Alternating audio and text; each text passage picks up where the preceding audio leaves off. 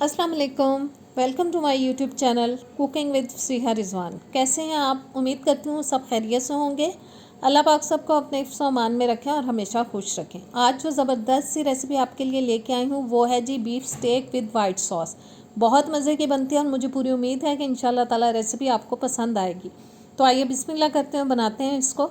सबसे पहले जी 500 ग्राम मैंने ले लिया है बीफ। इसको मैंने स्लाइसिस में काट लिया है।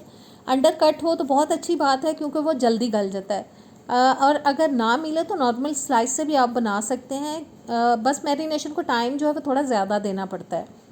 अब एक स्लाइस को पकड़ेंगे और हैमर की मदद से इस तरह से हमें इनको प्रेस करना है। हमें इनको थोड़ा सा मज़ीद पतला करना है। दोनों साइड से मैं इसको हैमर कर लूँगी और जो स्लाइसिस बोल में पड़े हुए हैं सबको इसी तरह से हम पहले पतला कर लेंगे। मुझे फ़ील हो रहा है कि कैमरा थोड़ा वाइब्रेट हो रहा है, उसके लिए मैं माजरत चाहती हूँ।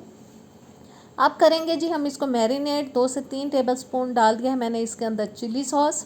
2 से 3 टेबलस्पून डाल देंगे हम सोया सॉस। और तकरीबन 2 से 3 टेबलस्पून चला जाएगा इसके अंदर सफ़ेद सिरका। मस्टर्ड पेस्ट मैंने ले लिया है वो डाल देंगे 2 टेबलस्पून तक। नमक डालेंगे 1 टीस्पून, आप अपने टेस्ट के हिसाब से कम ज़्यादा कर सकते हैं।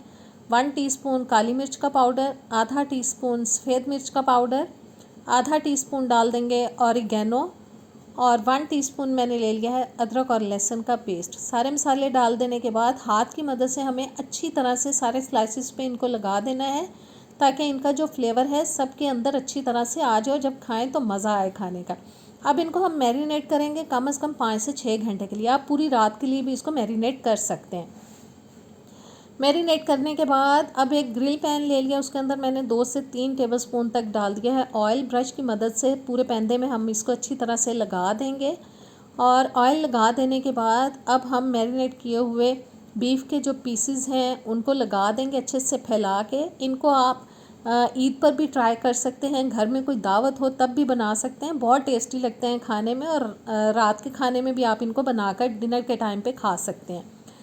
कम से कम एक साइड को हम पकने के लिए 7 से 8 मिनट देंगे और मीडियम टू लो फ्लेम पे हमें पकाना है, बहुत तेज़ आंच पे नहीं पकाना।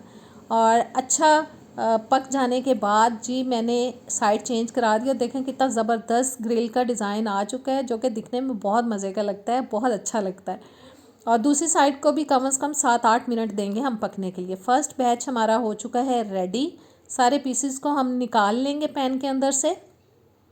और अब इसी तरह से हमें सेकंड बैच जो है उसको भी पका लेना है। फिर से ऑयल डालेंगे, ब्रश से उसको हम थोड़ा फैला लेते हैं और बचे हुए स्लाइसेस जो हैं वो भी हम इसके अंदर फैला के लगा देंगे ताकि वो भी अच्छी तरह से पक जाएं। जब तक मैं पीसेस लगा रही हूँ, आप चैनल पर नए आए हैं, सब्सक्राइब नहीं किया अभी तक चैनल को तो सब्सक्राइब कर दें प्लीज़।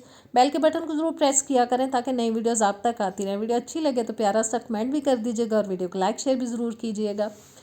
स्लाइसिस को मैंने पका लिया है। अब हम टमाटर और प्याज को पकाएंगे जो कि हम स्टेक के साथ रखेंगे प्लेट में, जो कि खाने में और दिखने में भी बहुत ज़बरदस्त लगते हैं। ये कॉम्बिनेशन होता है स्टेक का, उसके साथ अच्छी लगती हैं वेजिटेबल्स।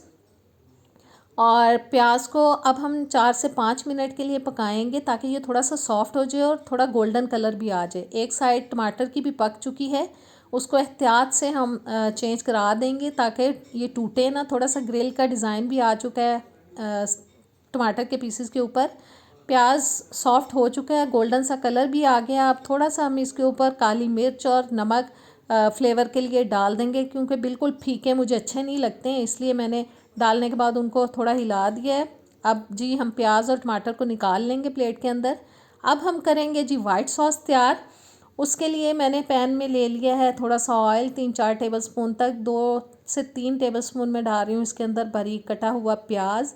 इसको हमें पकाना है मुसलसल हिलाते हुए।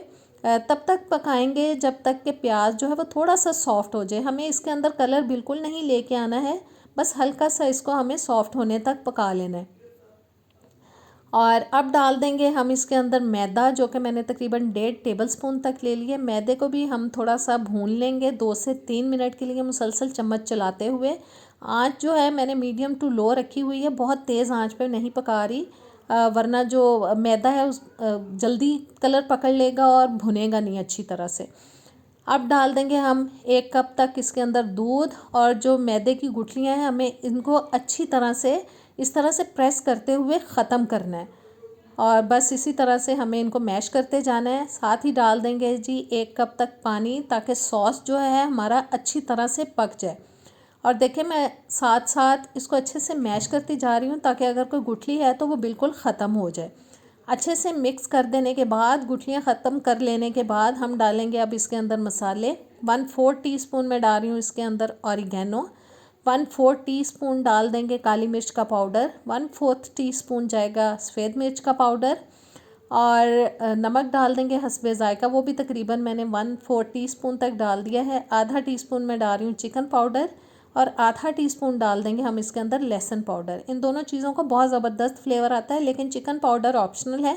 अगर आपके पास घर पे हो तो आप डाल सकते हैं, अदरवाइज़ इसको आप स्किप भी कर सकते हैं। और अब जी डाल देंगे हम 2 टेबलस्पून तक इसके अंदर काले वाले मैंने ऑलिव्स ले लिए, उनको मैंने छोटे पीसेस में काट के डाला है। अब हम इसको तब तक मीडियम टू लो फ्लेम पे मुसलसल चम्मच चलाते हुए पकाएंगे जब तक कि ये गाढ़ा हो जाए। और देखें ज़बरदस्त हमारा सॉस तैयार हो चुका है। इसको अब हम चूल्हे से उतारेंगे, और अब हम जी इसको डालेंगे अपने स्टेक के ऊपर। मैंने एक प्लेट के अंदर टमाटर और प्याज जो हमने फ्राई किए थे एक साइड पे वो लगा दिए हैं, और बीफ स्टेक रख के उसके ऊपर हम सॉस डालेंगे। मज़ीद खूबसूरत नज़र आए उसके लिए हम थोड़ा सा इसके ऊपर हरा धनिया स्प्रिंकल कर देंगे। तो कैसी लगी आपको ये रेसिपी? दिल कर रहा है ना फ़ौरन से खाने का, बहुत मज़े की लगती है, ज़रूर ट्राई कीजिएगा। इंशाल्लाह ताला मुझे उम्मीद है कि आपको पसंद आएगी। नेक्स्ट वीडियो तक दें मुझे इजाज़त। इंशाल्लाह ताला किसी अच्छी रेसिपी के साथ मिलेंगे। दुआओं में याद रखिएगा। अल्लाह हाफिज़।